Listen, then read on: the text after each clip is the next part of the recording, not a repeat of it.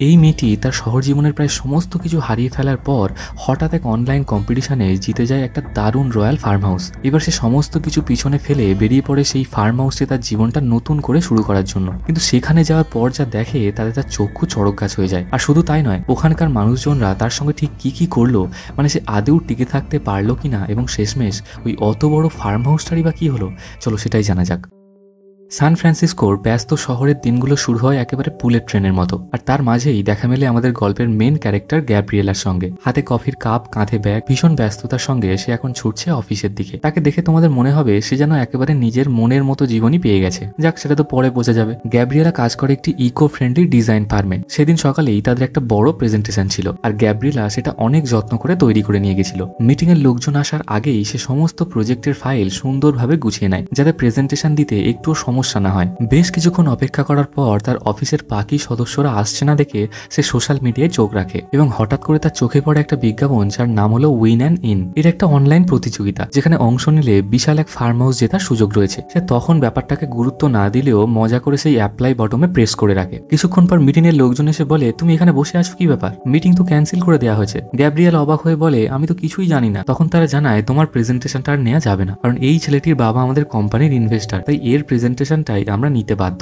গ্যাব্রিয়েলার বিষয়টা খুব খারাপ লাগলেও তার কিছুই করার ছিল না। এবার সেই দিন রাতে তার বয়ফ্রেন্ডের সঙ্গে দেখা করে গ্যাব্রিয়েলা পুরো বিষয়টা জানায়। তার মন খারাপ দেখে তার বয়ফ্রেন্ড গ্যাব্রিয়েলার পছন্দের কিছু খাবার অর্ডার দেয়। যেহেতু গ্যাব্রিয়েলা একজন ডিজাইনার, তাই একটু বাদেই তারা তাদের ফিউচার হোম প্ল্যান নিয়ে কথা বলতে শুরু করে। কিন্তু তার বয়ফ্রেন্ড এগুলোতে একদম ইন্টারেস্টেড না। সে জানায় যেমন চলছে চলুক না, একসাথে থাকারই বা কি দরকার। কিন্তু তাদের রিলেশনশিপের এতগুলো বছর কেটে যাওয়ার পরেও তারা এখনো একসাথেই থাকে না। এই কারণে গ্যাব্রিয়েলার মন সবসময় খারাপ থাকে এবং মনে মনে ভাবে, এ আমায় সত্যি ভালোবাসে তো। পরদিন সকালে যোগা ক্লাসে গিয়ে সে তার বান্ধবীকে জানায়, জানিস আমার বয়ফ্রেন্ড আমার সঙ্গে থাকতেই চায় না। যতবারই ওর সঙ্গে আমাদের ভবিষ্যৎ নিয়ে কথা বলতে যাই, কেন যেন সে বিরক্ত হয়ে যায়। এটা শুনে তার বান্ধবী কিছু বুদ্ধি দেয় কিভাবে সে তার নিজের বয়ফ্রেন্ডকে হাতের মুঠোয় রেখেছে, এবং গ্যাব্রিয়েলাকেও শিখিয়ে দেয় সে যেন তার বুদ্ধিমতো চলে। তারা দুজন যোগা ক্লাসে এত বেশি বকবক করছিল যে একটু বাদেই যোগা টিচারের কাছ থেকে তারা বকুনি খায়। পরদিন সকালে অফিসে গিয়ে দেখে অফিসের দরজা খুলছে না, সবাই বাইরেই দাঁড়িয়ে আছে। আর কিছুক্ষণের মধ্যেই তারা একটি মেলের মাধ্যমে জানতে পারে যে তাদের কোম্পানিটা বন্ধ হয়ে গেছে, সমস্ত ইনভেস্টাররা কোম্পানি ছেড়ে পালিয়ে গেছে। এটা শোনার সঙ্গে সঙ্গেই গ্যাব্রিয়েলা ও বাকি এমপ্লয়িরা নতুন কাজের খোঁজে নেমে পড়ে। বিভিন্ন জায়গায় সিভি জমা দেয়, কিন্তু প্রতিটি জব অফারের এমন সব অদ্ভুত শর্ত ছিল যেগুলো শুনে গ্যাব্রিয়েলা নিজেই বিরক্ত হয়ে যায়। কেউ বলছে চুল কেটে ছোট করতে হবে, কেউ বলে তোমাকে সান ফ্রান্সিসকো থেকে সিরিয়া শিফট করতে হবে, আবার কেউ বলছে তোমাকে টার্কিশ ভাষাও শিখতে হতে পারে। সব মিলিয়ে নতুন চাকরি খোঁজাটা আবারও তার জন্য দুঃস্বপ্ন হয়ে দাঁড়ায়। তো এই সবকিছু হওয়ার পর সেদিন রাতে তার বয়ফ্রেন্ডের সঙ্গে সে দেখা করে, এবং সে মনে মনে ভাবে এটাই হয়তো কোনো একটা সিগন্যাল যাতে আমি নিজের কিছু শুরু করতে পারি। আর এই সুযোগে গ্যাব্রিয়েলা আরো জানায় যে চলো এবার আমরা একসঙ্গে থাকি, যাতে তোমাকেও আমি সময় দিতে পারি এবং আমার কাজটাও বাড়ি থেকেই সামলাতে পারি। এটা শুনে তার বয়ফ্রেন্ড বলে, আরে সবকিছু তো ঠিকই চলছে, তাহলে তুমি তো জানো যে আমি একা থাকতে কতটা পছন্দ করি। এবারে গ্যাব্রিয়েলা রেগে গিয়ে বলে, বুঝতে পেরেছি, তুমি সামান্য তোমার একটা জামা আমার বাড়িতে রাখতে চাও না, আর আমার সঙ্গে সম্পর্ক কি রাখবে? আমি বোকা ছিলাম যে বছরের পর বছর তোমাকে বিশ্বাস করেছি, আজ থেকে আমাদের মধ্যে সবকিছু শেষ। এই বলে সে সেখান থেকে বেরিয়ে আসে। একই দিনে চাকরি আর বয়ফ্রেন্ড দুই হারিয়ে গ্যাব্রিয়েলার অবস্থা একেবারে বেহাল। সে শুধু ড্রিঙ্ক করে আর ক্লান্তভাবে সোফায় পড়ে থাকে। ঠিক তখনই তার ল্যাপটপে আবারও পপ আপ করে সেই উইন অ্যান্ড ইন প্রতিযোগিতার বিজ্ঞাপনটা। সে দেখতে পায় আজই শেষ দিন নিউজিল্যান্ডের সেই সুন্দর ফার্ম হাউসটা জেতার জন্য। আরো অবাক করা বিষয়, বেশি কিছু না, শুধু একটা ফর্ম ফিল আপই করতে হবে। সেখানে লিখতে হবে কেন তুমি মনে করো যে তুমি এই বড় ফার্ম হাউসটার যোগ্য মালিক। এর কারণ ছিল সেই লজের মালিক এক রাজঘরানার মানুষ ছিলেন। তার ইচ্ছা ছিল তার এই শখের ফার্ম হাউসটা এমন কাউকে দেয়া হোক যে আসলেই এর যোগ্য। আর সেই জন্যই কোনো টাকা পয়সা নয়, বরং যার লেখাটা তাদের মন ছুঁয়ে যাবে সেই হবে এই ফার্ম হাউসটার মালিক। আর গ্যাব্রিয়েলাও পুরো প্রস্তুতি নিয়ে একদম মন থেকে লেখাটা লিখতে শুরু করে যে ছোটবেলা থেকে সে কেমন ভাবে নিজের একটা বাড়ির স্বপ্ন দেখতো। সে চাইতো বাড়ির ভেতরে থাকবে একটা ওয়াটার স্লাইড, আইসক্রিম পার্লার, আর সবকিছু ঠিক তার কল্পনার মতো হবে। এবং সবশেষে সে এটাই লেখে যে স্বপ্ন দেখতে তো টাকা লাগে না, তাই ছোটবেলা থেকে আমি সেটাই করতাম এবং মন ভরে স্বপ্ন দেখতাম। পরদিন সকালে যখন তার ঘুম ভাঙে, ঘুমের ঘরেই সে ল্যাপটপটা অন করে আর দেখে নিউজিল্যান্ডের সেই বেলবার্ড ভ্যালি ফার্মটা সে জিতে গেছে। সে তো চমকে উঠে বিশাল জোরে চিৎকার করে ওঠে আর ফাইনালি প্রস্তুতি শুরু করে দেয় নিউজিল্যান্ডে, মানে তার ফার্ম হাউসে যাওয়ার জন্য। গ্যাব্রিয়েলা তো ভীষণ এক্সাইটেড হয়ে তার অনুভূতিটা তার বান্ধবীকে জানাতে থাকে, কিন্তু তার বান্ধবীর রিলেশন যেহেতু ঠিকঠাক চলছিল না, তাই গ্যাব্রিয়েলা তার বাড়ির চাবিটা দিয়ে জানায়, তোমার যখন ইচ্ছা হবে আমার বাড়িতে থাকতে পারো। এই বলে সে বেরিয়ে পড়ে নিউজিল্যান্ডের উদ্দেশ্যে। প্লেনে করে সে সান ফ্রান্সিসকো থেকে সোজা পৌঁছে যায় নিউজিল্যান্ডে। রাতারাতি এত বড় একটা ফার্ম হাউসের মালিক হয়ে এসে ভীষণ খুশি আর বারবার সেলফিও তুলতে থাকে। এরপর সেখান থেকে বাসে করে ফার্ম হাউসের লোকেশনের দিকে রওনা দেয়। বেশ কিছুক্ষণ পরে বাস থেকে নেমে সে দেখে আশেপাশে কোনো লোকালিটিই নেই। এবারে সে ফোন করতে চায় কিন্তু সেই জায়গায় কোনো টাওয়ারও ছিল না। ঠিক তখনই তার সুটকেসটা গড়িয়ে গড়িয়ে এক গাড়িতে গিয়ে ধাক্কা মারে। গাড়ি থেকে একজন লোক বেরিয়ে এসে তার জিনিসগুলো গোছাতে সাহায্য করে। এবারে লোকটি জানতে চায়, তোমায় তো ঠিক চিনতে পারছি না, তুমি এখানে নতুন এসেছো নাকি? অচেনা লোক দেখে গ্যাব্রিয়েলা সরাসরি কিছু উত্তর দিতে চায় না। তখন ছেলেটা তার পরিচয় দেয়, আমার নাম জেক। গ্যাব্রিয়েলাও তার নাম জানায় আর জিজ্ঞাসা করে, এই জায়গাটা কি বিচউড শহর? জেক বলে, হ্যাঁ এটাই বিচউড, চাইলে তোমায় আমি শহর পর্যন্ত পৌঁছে দিতে পারি, এখান থেকে এখনো 1 কিলোমিটার মতো যেতে হবে। তবে গ্যাব্রিয়েলা বলে, আমি কোনো অচেনা লোকের কাছ থেকে সাহায্য নিই না। অবশেষে পায়ে হেঁটেই সে শহরের ভেতরে আসে এবং একটি কফি শপে ঢোকে। সেখানে ঢুকতেই দোকানের মালিক তার পরিচয় জানতে চাইলে গ্যাব্রিয়েলা বলে, আমি এই শহরের বেলবার্ট ভ্যালি ফার্মের নতুন মালিক। এটা শুনে তো কফি শপের সবাই চমকে ওঠে, কিন্তু গ্যাব্রিয়েলা কিছুই বুঝতে পারে না যে সবাই কেন এমন আচরণ করছে। শহরে নতুন বলে কফির দামও তার কাছ থেকে তারা নেয় না। আর তখনই সে দোকান থেকেই জানতে পারে যে ফার্ম হাউসটা এখান থেকে কতটা দূরে, এবং ফাইনালি সে বেলবার্ট ভ্যালি ফার্মের সামনে এসে পৌঁছায়। সামনেই রাখা এক বাক্স থেকে সেখানকার ডকুমেন্ট এবং চাবিটা নিয়ে ভেতরে প্রবেশ করে। ইন্টারনেটে দেওয়া সেই সুন্দর ছবিটা হাতে নিয়ে ভেতরে ঢোকে গ্যাব্রিয়েলা, কিন্তু তারপর সে যা দেখে তাতে তার চোখ ছানা বড়া হয়ে যায়। যেমনটা ইন্টারনেটে ছবি দেখেছিল, ভ্যালি ফার্মটা মোটেও তেমন নয়। পুরোটা যেন একটা ধ্বংসস্তূপের মতো, বেশিরভাগ জায়গা ভাঙা, চারপাশে আবর্জনা ভর্তি, আর দেখলে মনে হবে যেন একটা ভুতুড়ে বাড়ি। সে বুঝে যায় তার সঙ্গে একেবারে প্রতারণা হয়েছে, কিন্তু কি আর করা যাবে। সান ফ্রান্সিসকো থেকে নিউজিল্যান্ডের এতটা পথ এসে সে আর কি এখনই ফিরে যাবে? তাই সে হাল ছেড়ে না দিয়ে ফার্ম হাউসের ভিতরে প্রবেশ করে, এবং প্রথমেই সিঁড়ি দিয়ে উঠতে গিয়ে তার জুতোর হিলটা খুলে যায়, আর দরজাটা চাবি দিয়ে খুলতে গিয়ে দেখে পুরো দরজাটাই তার হাতে খুলে চলে এসছে। যাক, ফাইনালি সে ঘরের মধ্যে ঢোকে এবং অদ্ভুত আওয়াজ পেয়ে ধীরে ধীরে উপরে ওঠে। আস্তে আস্তে উপরে উঠে যখন সে আলমারির দরজাটা খোলে, তখনই সেখানে একটা ছাগল দেখতে পায়। সে তো ভয়ে চিৎকার করে নিচে দৌড়ে নেমে আসে, এবং নিচের দরজা খোলা মাত্রই সামনে এক প্রতিবেশীকে দেখে আবারও চেঁচিয়ে ওঠে। সেই প্রতিবেশী জানায়, তুমি মনে হয় এখানে থাকা ওই ছাগলটা দেখেই ভয় পেয়েছো। বলেছে নিজেই ঘরের মধ্যে ঢুকে চারিদিকটা দেখতে শুরু করে। এই মহিলার নাম হলো শার্লেট ওয়াটসওয়ার্থ। আসলে শার্লেট নিজেই এই ফার্ম হাউসটার মালিক হতে চেয়েছিল, কিন্তু সেটা যেহেতু হয়ে ওঠেনি, তাই সে কৌতূহলে ছুটে এসেছে এটা দেখতে যে নতুন মালিক কে হলো। শার্লেট ঘুরিয়ে পেঁচিয়ে গ্যাব্রিয়েলার সঙ্গে অনেক কথাই বলে। ভেতরে ভেতরে তার একটু হিংসাও হচ্ছিল, যেটা এতদিন ধরে সে চেয়েছিল সেটা এখন অন্য কারোর হয়ে গেছে। এদিকে দেখা যায় সেই ছাগলটা গ্যাব্রিয়েলার সুটকেসে সেই জামা কাপড়গুলো ঘাঁটতে শুরু করেছে। তো সে যাই হোক, তো এরপর থেকে শুরু হয় গ্যাব্রিয়েলার আসল সংগ্রাম। বাড়িটা যেহেতু বহু বছরের পুরনো, তাই জানালাও ভাঙা, দরজা খোলা, আর চারপাশ থেকে শুধু ঠান্ডা হাওয়া ঢুকছিল। সে আগুন জ্বালাতে যায়, কিন্তু একটু পরেই বুঝতে পারে ফায়ার প্লেসে আগুন ধরে গেছে। তাড়াহুড়ো করে সেটাও সে নেভাতে যায়। এবার রাতে শুতে গিয়ে দেখে বিছানাটা মধ্যখান থেকে ভাঙা। কিছুক্ষণ পরেই শুরু হয় ঝড় বৃষ্টি, তার সঙ্গে ভয়ানক মেঘ গর্জন। সেই আওয়াজে সে সারা রাত পুরো ঘুমোতেই পারে না। পরদিন সকালে সে ঘুম থেকে উঠে জল ভরার জন্য কিচেনে আসে, কিন্তু নলটা খোলা মাত্রই দেখে নোংরা জল পড়ছে, আর সেটা বন্ধ করতে গিয়ে পুরো নলটাই তার খুলে হাতে চলে আসে। এবার তো সে রেগে গিয়ে তার পুরানো নলটা হাতে নিয়ে দোকানে বেরিয়ে পড়ে আর একটা নতুন নল কেনার জন্য। কিন্তু গাড়িতে ওঠা মাত্রই আর একটা মুশকিল, গাড়ির স্টিয়ারিং বাঁ দিকের বদলে ডান দিকে, কারণ বিভিন্ন দেশের ট্রাফিক রুলস অনুযায়ী স্টিয়ারিং এর দিক আলাদা আলাদা হয়। কিন্তু সে যেহেতু আমেরিকায় বসবাস করতো, তাই তার অভ্যাস ছিল বাম দিকে স্টিয়ারিং ধরার। এই ডান দিকে স্টিয়ারিং ধরে গাড়ি চালাতে তার বেশ অসুবিধাই হচ্ছিল। তবুও সে ফাইনালি মার্কেটে পৌঁছে সেই নলটা খোঁজার চেষ্টা করে। তখন গ্যাব্রিয়েলার সঙ্গে আবারও সেই জেক নামের ছেলেটি দেখা হয়। জেক জানায়, আমি ওই নলটা খুঁজতে তোমায় সাহায্য করতে পারি, কিন্তু গ্যাব্রিয়েলা জানিয়ে দেয়, আমি এই নলটা বাদ দিয়ে নতুন একটা ডিজাইন খুঁজছি, এবং বলে, তুমি আমার পিছু নিচ্ছ কেন? জ্যাক হেসে উত্তর দেয়, এই বিচউড ডাউন শহর ভীষণ ছোট, তাই বারবার আমাদের দেখা হয়ে যাবে, এটাই স্বাভাবিক। এবার সে যখন বিল করাতে যায়, তখন দেখে দোকানদার ফোনে কার সঙ্গে কথা বলছে, যে কে কাকে বিষ খাইয়ে দিয়েছে এবং কে কবে মারা গেছে এইসব। যাক, বেশ কিছুক্ষণ অপেক্ষা করার পর যখন গ্যাব্রিয়েলা বিল করছে, তখন সে দোকানদারকে জিজ্ঞাসা করে, তুমি কি কোনো কন্ট্রাক্টরের নাম্বার দিতে পারবে যে আমার ওই ভ্যালি ফার্মটা সারাতে সাহায্য করতে পারে? তখন দোকানদার জেককে ডেকে বলে, তোমার নাম্বার চাইছে এই মেয়েটি। গ্যাব্রিয়েলা তখন বুঝতে পারে না যে জেকই সেই কন্ট্রাক্টর, তাই সে বলে, না না, আমি কারোর নাম্বার চাই না, কারোর নাম্বার দরকার নেই। এরপর সে ওই ফার্ম হাউসের একটা ব্লু প্রিন্ট বার করে নেয় তার কাজের সুবিধার জন্য, আর তারপর আবার সেই কফি শপে গিয়ে ফুল উদ্যমে কাজ শুরু করে দেয় ওই ভাঙাচোরা ঘরটাকে আবার নতুন করে ডিজাইন করার জন্য। এবং সে হলপ করে জানিয়ে দেয় যে এটা এমন ভাবে আমি ডিজাইন করব যে সবাই হাঁ করে তাকিয়ে থাকবে, আর আমি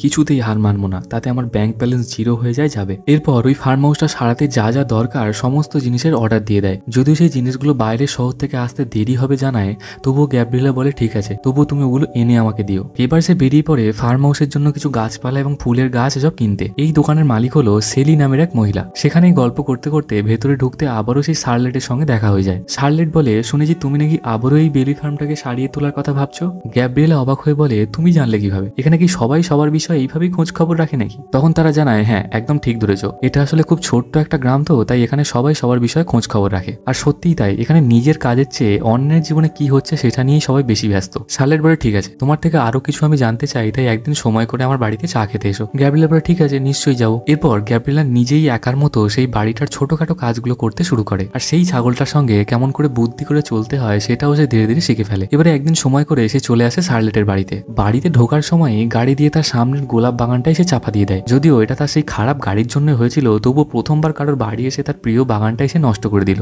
বাড়িতে ঢুকতেই শার্লেট তাকে জানায়, খুব দারুণ এন্ট্রি মেরেছো। তারপর বলে, তুমি বসো, আমি এক্ষুনি আসছি। গ্যাব্রিয়েলা চারিদিকটা ভালো করে ঘুরে দেখে এবং বলে, পুরো বাড়িটা যেন একেবারে ভুতুরে বাড়ির মতো লাগছে। আর সেটাও শার্লেট পেছন থেকে শুনে ফেলে। সে তো এমনিতেই গ্যাব্রিয়েলাকে সহ্য করতে পারে না, তার উপর আবারও এসব কথা শুনে আরো রেগে যাচ্ছে। এবারে গ্যাব্রিয়েলাকে সে একটু ড্রিঙ্ক অফার করে, কিন্তু বেশি কথা না বাড়িয়ে শার্লেট বলে, আমি সোজাসুজি পয়েন্টে আসছি। আসলে আমার ছোটবেলা থেকেই স্বপ্ন ছিল এখন যেখানে আছি এই টি রোজ হাউস আর সেই বেলি ফার্ম দুটোই একদিন আমার হবে। কিন্তু ওই ফার্ম হাউসের মালিকের মাথায় এই অদ্ভুত উইন অ্যান্ড ইন প্রতিযোগিতার কথাটা আসে, আর সেই প্রতিযোগিতায় জিতে তুমি এখন ওই বাড়ির মালিক হয়েছো। শুনেছি তোমার খুব অসুবিধাই হচ্ছে ওখানে থাকতে এবং ওই ঘরটাকে নতুন করে গড়ে তুলতে। তাই আমি চাই তুমি এসব ঝামেলা ছেড়ে দিয়ে আমার কাছ থেকে একটা মোটা অঙ্কের টাকা নিয়ে এখান থেকে চলে যাও, তাতে তুমিও খুশি থাকবে এবং আমিও। আসলে শার্লেট এমন ভাবে কথা বলছিল যেন এক প্রকার হুমকির সুরে, প্রেসার দিয়ে তাড়িয়ে দেওয়ার মতো আচরণ করছিল। এরপর সে আবারও সেই গাছের দোকানে চলে আসে, তার নষ্ট করে দেওয়া গোলাপ বাগানটা আবার কিনে শার্লেটকে ফিরিয়ে দেওয়ার জন্য। যদিও সেই নির্দিষ্ট গোলাপ এখানে পাওয়া যায় না, তবুও সে একবার চেষ্টা করতে চায়। একটু বাদেই সেখানে জেক নামক ছেলেটি আসে, যাকে দেখেই গ্যাব্রিয়েলা লুকিয়ে পড়ে। এবার স্যালি জেককে বলতেই যাচ্ছিল যে দেখো আমার দোকানে কে এসছে, কিন্তু এদিকে তাকিয়ে দেখে যে কেউই নেই। কিন্তু দূর থেকে জ্যাক ওই বস্তার নড়াচড়া দেখে বুঝে যায় যে কেউ একজন তো ওখানে লুকিয়ে আছে।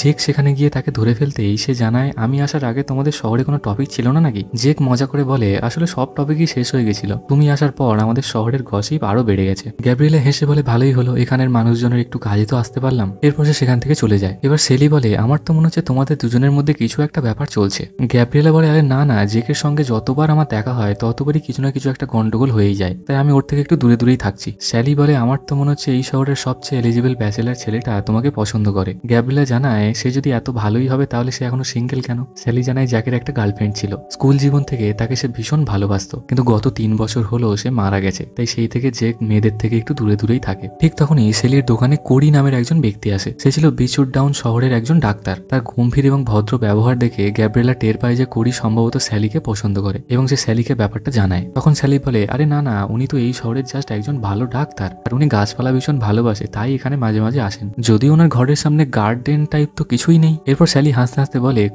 কোরি আমায় পছন্দ করে এটা আমি ভাবতেই পারিনি। পরদিন সকালে আবারও সে কফি আনতে যায় এবং দেখে দোকানে প্রচুর ভিড়, কারণ সবাই রাগবি খেলা দেখার জন্য ভিড় করেছে। দোকানের লোকটি জানায়, অনেক ভিড় হয়েছে, তাই তুমি কারোর সঙ্গে টেবিল শেয়ার করে নিতে পারবে। তখনই দেখে টেবিলে সেই জেক বসে আছে। জেক মজা করে বলে, তুমি কি আমার থেকে দূরে থাকতে পারছো না? হাসি ঠাট্টার মধ্যেই তারা দুজন কিছু খাবার অর্ডার দিয়ে খেতে শুরু করে। একটু বাদেই তার হাঁচি হতে দেখে বাকিরা জিজ্ঞাসা করে, তুমি ঠিক আছো তো? গ্যাব্রিয়েলা জানায়, আরে না না, আমি ঠিক আছি, জাস্ট একটু হাঁচি হচ্ছে এখন। পরদিন সকাল থেকে গ্যাব্রিয়েলার শরীরটা সত্যিই খারাপ করে। সে দেখে একটু বাদেই একে একে সবাই তার ফার্ম হাউসে চলে আসে তার খোঁজ নিতে, এবং কেউ ওষুধ হাতে, কেউ খাবার হাতে, কিছু না কিছু নিয়ে আসে যাতে সে তাড়াতাড়ি সুস্থ হয়ে ওঠে। তখন গ্যাব্রিয়েলা জানায়, আমার কাছে কিন্তু বেশি টাকা নেই তোমাদের দেওয়ার জন্য। তখন তারা সবাই বলে, তুমি যেদিন থেকে এই শহরে এসছো তুমি আমাদের পরিবারের মতো হয়ে গেছো, তোমার কাছ থেকে আমরা টাকা নেবই বা কেন? এটা শুনে গ্যাব্রিয়েলা একেবারে স্পষ্ট বুঝে যায় যে এই শহরের মানুষজন শুধু একে অপরের বিষয়ে আলোচনা করতেই ব্যস্ত নয়, বরং তারা সত্যি একে অপরের খেয়ালও রাখে। পরদিন সকালে সে পুরোপুরি সুস্থ হয়ে যায়। বেরিয়ে মার্কেটে গেলে তার দেখা হয় শার্লেটের সঙ্গে। শার্লেট জিজ্ঞাসা করে, আমি যে তোমায় অফারটা দিয়েছিলাম তোমার ফার্ম হাউসটা কিনে নেওয়ার জন্য, তুমি কি সেটাতে কিছু ভেবেছো? গ্যাব্রিয়েলা জানায়, আমি এখনই আমার স্বপ্নটা ছাড়তে চাইছি না, চেষ্টা করে দেখি, যদি না পারি তাহলে তোমাকে বিক্রি করে দেবো। এটা শুনে শার্লেট আরো রেগে গিয়ে সেখান থেকে চলে যায়। অন্যদিকে গ্যাব্রিয়েলা এসেছিল মার্কেটে জেকের খোঁজ নিতে, তাকে ধন্যবাদ বলার জন্য, কারণ সে অসুস্থ অবস্থায় থাকাকালীন জেক তার ফার্ম হাউসে বেশ কিছু ভাঙাচোরা জিনিস ঠিক করে দিয়েছিল। সাথে গ্যাব্রিয়েলা এটাও জানায়, আসলে আমি তোমার কাছে এসেছি একটা বিশেষ কারণে, আমি চাই এই বেলি ফার্মটা আবারও নতুন করে গড়ে তুলতে, তুমি কি আমাকে সাহায্য করতে পারবে? জেক জানায়, হ্যাঁ অবশ্যই করবো, কিন্তু বলো তোমার প্ল্যানটা কি? এটা ঠিক করার পর তুমি কি আবার আমেরিকা ফিরে যাবে? গ্যাব্রিয়েলা জানায়, হ্যাঁ, আসল জীবনে তো আমাকে ফিরে যেতেই হবে। তখন জেক জানায়, তোমার এই শহরের জীবনের থেকে আমাদের এই গ্রামের জীবন অনেক বেশি সুন্দর, যাক তোমার যেটা ইচ্ছা তুমি সেটাই করবে, এখন বলো তোমার প্ল্যানটা কি? গ্যাব্রিয়েলা জানায়, আমি ভাবছি আমরা দুজন মিলে অর্ধেক পয়সা ইনভেস্ট করে ফার্ম হাউসটা ঠিক করবো, এরপর এটা বিক্রি করে যা আয় হবে সেটা আমরা দুজনে ভাগ করে নেবো। জেক বলে, ঠিক আছে, আমি রাজি। আর এই সব কথাবার্তা পেছন থেকে শার্লেট শুনে এসে আরো বেশি রেগে যায়। এরপর তারা দুজন ফুল দমে লেগে পড়ে সেই বেলবার্ড ভ্যালি ফার্মটা পুনরায় তৈরি করার জন্য। সবসময় গ্যাব্রিয়েলা চাইতো ফার্মের যে সমস্ত জিনিস খারাপ হয়ে গেছে সেগুলো বাদ দিয়ে নতুন জিনিস বসানো হোক, কিন্তু জেক বলতো যেসব পুরনো ঐতিহ্যবাহী জিনিস আছে সেগুলোই সারিয়ে আবার ব্যবহার করা ভালো, কারণ এসব জিনিস চাইলেও আর পাওয়া যায় না। কিন্তু গ্যাব্রিয়েলার বরাবর একটা শখ ছিল তার ডিজাইন করা সোলার প্যানেল নিজের স্বপ্নের বাড়িতে ইনস্টল করা। প্রথম দিকে তো জ্যাক রাজি হতে চাচ্ছিল না, কারণ তার মতে সোলার প্যানেল লাগালে বাড়ির সৌন্দর্য নষ্ট হয়ে যাবে। কিন্তু গ্যাব্রিয়েলা জানায়, একদমই না, আমি এমন ভাবে ডিজাইন করব যাতে সেটা বরং আরো বেশি আকর্ষণীয় দেখায়। একদিন তারা ঘর ভাঙতে ভাঙতে হঠাৎ কিছু চিঠি পায়। চিঠিগুলো পড়ে জানা যায় অনেক পুরনো দিনের একটা প্রথা ছিল, যেখানে প্রেমিক প্রেমিকারা তাদের ভালোবাসার কাহিনী ঘরের দেয়ালের মাঝে রেখে যেতেন, যাতে সেই গল্পগুলো চিরদিন বেঁচে থাকে। যাক, এরপর তারা আবারও সেই গাছের দোকানে চলে যায় গার্ডেনের জন্য মাটি আনতে। ঠিক তখনই শার্লেট এসে সেলিকে জিজ্ঞাসা করে, আমি তোমাকে যে মাটিগুলো আনতে বলেছিলাম সেগুলো তুমি এনেছো? কিন্তু স্যালি জানায়, আমি এনেছিলাম, কিন্তু সবই ওরা দুজন নিয়ে নিয়েছে। এই কথা শুনে শার্লেট রেগে যায় এবং স্যালিকে জানায়, আমরা দুজনে সেই ছোটবেলা থেকে বন্ধু, তুমি আমাকে আমার মাটিটা না দিয়ে একটা বাইরের মেয়েকে দিয়ে দিলে। কিন্তু স্যালি জানায়, আমরা তো বন্ধুই থাকবো, আর চিন্তা করো না, তোমার মাটির অভাব হবে না, আমি আবারও এনে দেবো। এদিকে দেখা যায় কাজ করতে করতে গ্যাব্রিয়েলা এবং জেকের মধ্যে ধীরে ধীরে একটা কেমিস্ট্রি তৈরি হচ্ছে। যদিও গ্যাব্রিয়েলা এখনই কোনো সম্পর্কে যেতে চায় না, তবে দেখা যাক ভবিষ্যতে কি হয়। একদিন তারা দুজনেই সকাল সকাল বেরিয়ে পড়ে জেকের বাড়ি যাওয়ার জন্য। বাড়িটা ছিল শহর থেকে বেশ খানিকটা দূরে। ওখানে তারা যাচ্ছিল কিছু যন্ত্রপাতি আনতে, যেগুলো ওই ফার্ম হাউসটা তৈরি করতে কাজে লাগতো। সেখানে পৌঁছে জেক জানায়, এই বাড়িটা আমার ঠাকুমা তৈরি করেছিলেন, তিনিও ছিলেন পুরো তোমার মতো, একদম বিশাল জেদি। ঘরের ভেতরে ঢুকে গ্যাব্রিয়েলা বলে, এটা তো দেখে মনে হচ্ছে শান্তিতে বসবাস করার জন্য একদম পারফেক্ট জায়গা। তখন জেক তার পুরনো গার্লফ্রেন্ডের কথা জানায়। সে বলে, আমার গার্লফ্রেন্ড এসব ফার্ম হাউস একদম পছন্দ করতো না, তাই আমরা শহরে একটা ঘর ভাড়া নিয়ে থাকতাম, কিন্তু ও মারা যাওয়ার পর আমি এখানে চলে আসি। ভাগ্য কার সঙ্গে কখন কি খেলা খেলবে আমরা কেউই জানি না, তাই না? এরপর তারা টুল বক্সটা নিয়ে সেখান থেকে বেরিয়ে পড়ে। ফার্মে ফিরে এসে তার ডিজাইন করা সোলার প্যানেল দেখে জেক ভীষণ খুশি হয় এবং জানায়, আমি তো ভেবেছিলাম সোলার প্যানেল লাগানোর পর ফার্ম হাউসের সৌন্দর্যটাই নষ্ট হয়ে যাবে, কিন্তু তুমি যে এত সুন্দর সূর্যমুখী ফুলের মতো ডিজাইন করে প্যানেলগুলো বসিয়েছো, এতে তো ফার্ম হাউসের রূপ আরো বেশি বেড়ে গেছে। এবার হঠাৎ উপর থেকে একটা দড়ি গ্যাব্রিয়েলার গায়ে পড়ায় সে ভীষণ ভয় পেয়ে পড়ে যেতে যাচ্ছিল। ঠিক তখনই জেক তাকে ধরে ফেলে এবং দুজনেই একসাথে পড়ে যায়। গ্যাব্রিয়েলা বলে, আমি ভেবেছিলাম ওটা সাপ। তখন জেক বলে, আমি তোমাকে একটা রহস্য জানাই, নিউজিল্যান্ডে কিন্তু কোনো সাপ নেই। ঠিক তখনই তারা যখন একে অপরের কাছে আসছিল, সেই ভেড়াটা হঠাৎ ডেকে ওঠে। গ্যাব্রিয়েলা তো তারপর উঠে চলে যায় এবং জেক ছাগলটার দিকে তাকিয়ে বলে, আমি তো ভেবেছিলাম আমরা বন্ধু, তুমি এইভাবে আমার কাজে বাধা দিলে। এরপর তারা সিদ্ধান্ত নেয় আজ এই পর্যন্তই থাক, অনেকটা কাজ এগিয়ে গেছে, বাকি কাজ আবার পরে হবে। এইভাবেই ধীরে ধীরে তাদের একে অপরের প্রতি একটা টান তৈরি হচ্ছিল, যদিও তখনও কেউ তারা স্বীকার করছিল না। তারা একসাথে বসে নিজেদের অতীত জীবন নিয়ে কথা বলে, যে কে কি করেছে, কোন সময়ে কেমন কেটেছে এবং পাস্টে কার কোন বয়ফ্রেন্ড গার্লফ্রেন্ড ছিল আর কি এসব। তারপর জেক বাড়ি যাওয়ার আগে বলে যায়, কাল আমরা ছুটি নিচ্ছি আর তুমি সকাল সকাল তৈরি থাকবে, আমি তোমায় নিতে আসবো। পরদিন জেকের সঙ্গে বেরোনোর জন্য গ্যাব্রিয়েলা কিছু জুতো চশমা এসব কিনতে সেলির সঙ্গে দোকানে আসে। ঠিক তখনই শার্লেট আড়াল থেকে এসে তাদের সব কথা লুকিয়ে শোনে। আর কিছুক্ষণ পর গ্যাব্রিয়েলা যখন একটু দূরের দিকে যায়, তখন শার্লেট গ্যাব্রিয়েলার ফোনটা নিয়ে তার এক্স বয়ফ্রেন্ডকে মেসেজ পাঠিয়ে দেয় যে যদি তুমি সত্যি আমাকে ভালোবাসো তাহলে নিউজিল্যান্ডে এসে আমাকে নিয়ে যাও। কিন্তু এই সব তো গ্যাব্রিয়েলা কিছুই টের পায় না। পরদিন সকালে জেক এবং গ্যাব্রিয়েলা বেরিয়ে পড়ে নিউজিল্যান্ডের সবচেয়ে সুন্দর জায়গাগুলো ঘুরে দেখার জন্য। জেক একে একে তাকে পাহাড়, নদী, গাছপালা, গ্রামের সৌন্দর্যতা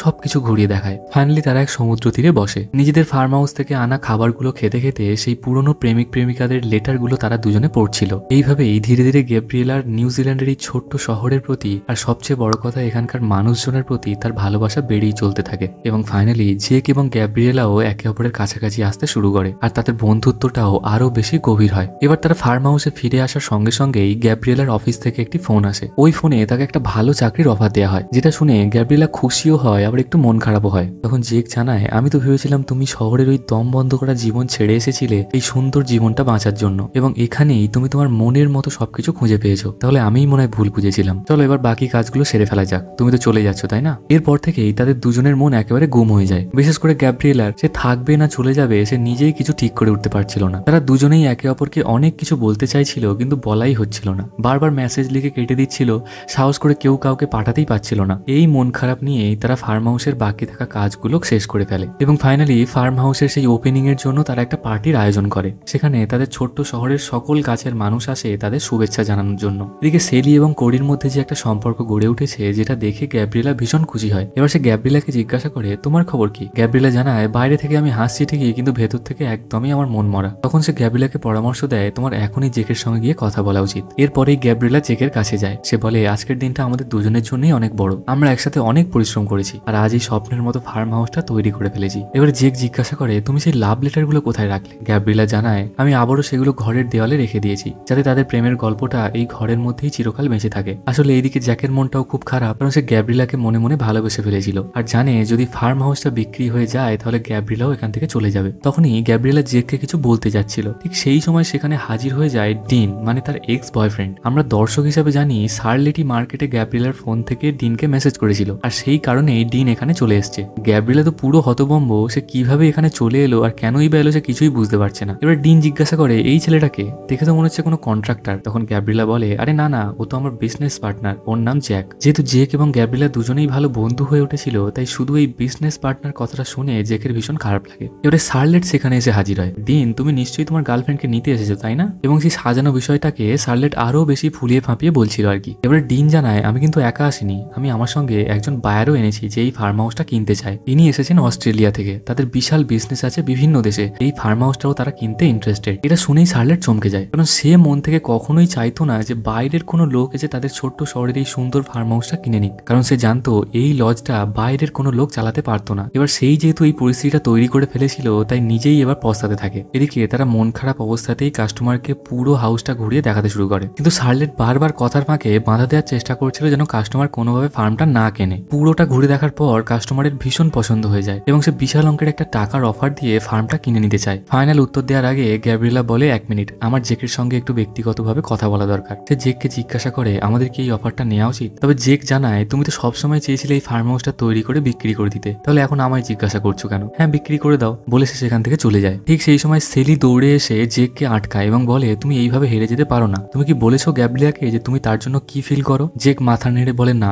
এখনো বলিনি। ঠিক তখনই সবার ফোনে ফায়ার অ্যালার্ম বাজে, শহরের কোথাও আগুন লেগে গেছে। তারা বুঝতে পারে শহরের একমাত্র টি রোজ হাউস মানে শার্লেটের বাড়িতে আগুন লেগেছে। শহরের সবাই তখন ছুটে যায় সেখানে আগুন নেভাতে। গ্যাব্রিয়েলা তো কিছুই বুঝতে পারে না সবাই হঠাৎ কোথায় ছুটে যাচ্ছে। এই শহরটা ছোট্ট বলে এখানকার বাসিন্দারাই ফায়ার ফাইটার হিসেবে কাজ করে। তারা সবাই জোর কদমে আগুন নেভানোর কাজ শুরু করে দেয়। ঠিক সেই সময় শার্লেট গিয়ে সেখানে পৌঁছায়। সে ভীষণ ভেঙে পড়ে এবং দৌড়ে ঘরের মধ্যে ঢুকে যায়। গ্যাব্রিয়েলা কোনোভাবে তাকে বুঝিয়ে সুঝিয়ে ঘর থেকে বের করে আনে, কিন্তু শার্লেটের বাবা তখনও ঘরের ভিতরে ছিলেন। তাই সবাই চিন্তিত হয়ে পড়ে যে তাকে কিভাবে বাঁচানো যাবে। ফাইনালি জেক সাহসিকতার সঙ্গে শার্লেটের বাবাকে ঘর থেকে বের করে নিয়ে আসে। এই বিপদ কাটার পর পরদিন সকালে গ্যাব্রিয়েলা তার এক্স বয়ফ্রেন্ড ডিনকে পরিষ্কারভাবে জানিয়ে দেয় যে আমাদের দুজনের চিন্তাভাবনা একেবারেই মেলে না, তাই আমি মনে করি আমাদের সম্পর্কটা এখানেই শেষ করে দেওয়া উচিত। তোমার সান ফ্রান্সিসকো ফিরে যাওয়াটাই ভালো হবে। এরপর তার বয়ফ্রেন্ডও সেখান থেকে চলে যায়। এদিকে সেদিনই ছিল তাদের ফার্ম হাউসটা বিক্রি করার অফিসিয়াল ডেট। গ্যাব্রিয়েলা দৌড়ে সেখানে আসে এবং বাকি কাজ শুরু হওয়ার আগেই শার্লেটও হন্তদন্ত হয়ে সেখানে হাজির হয়। সে তখন সবার সামনে জানিয়ে দেয়, আমি তোমার ফোন থেকে তোমার বয়ফ্রেন্ডকে মেসেজ করে এখানে ডেকে এনেছিলাম, আর সেই কারণেই বাইরের এই কাস্টমার এসে আমাদের প্রাণের ছোট্ট শহরের ফার্ম হাউসটা কিনে নিতে চায়, যেটা আমি একদমই চাইনি। এই ফার্ম হাউসটা আমাদের নিজেদের ঘরের মতো, আমি কখনোই চাইনি এটা বাইরের কোনো হাতে চলে যাক, যে হয়তো মন থেকে এর কোনোদিন যত্নই নিতে পারবে না। এত কিছু শুনে গ্যাব্রিয়েলা ফাইনালি ভেবেচিন্তে জানিয়ে দেয় যে আমি এই ফার্ম হাউসটা কাউকেই বিক্রি করতে চাই না, আর বেশ কিছুদিন ধরেই ভাবছি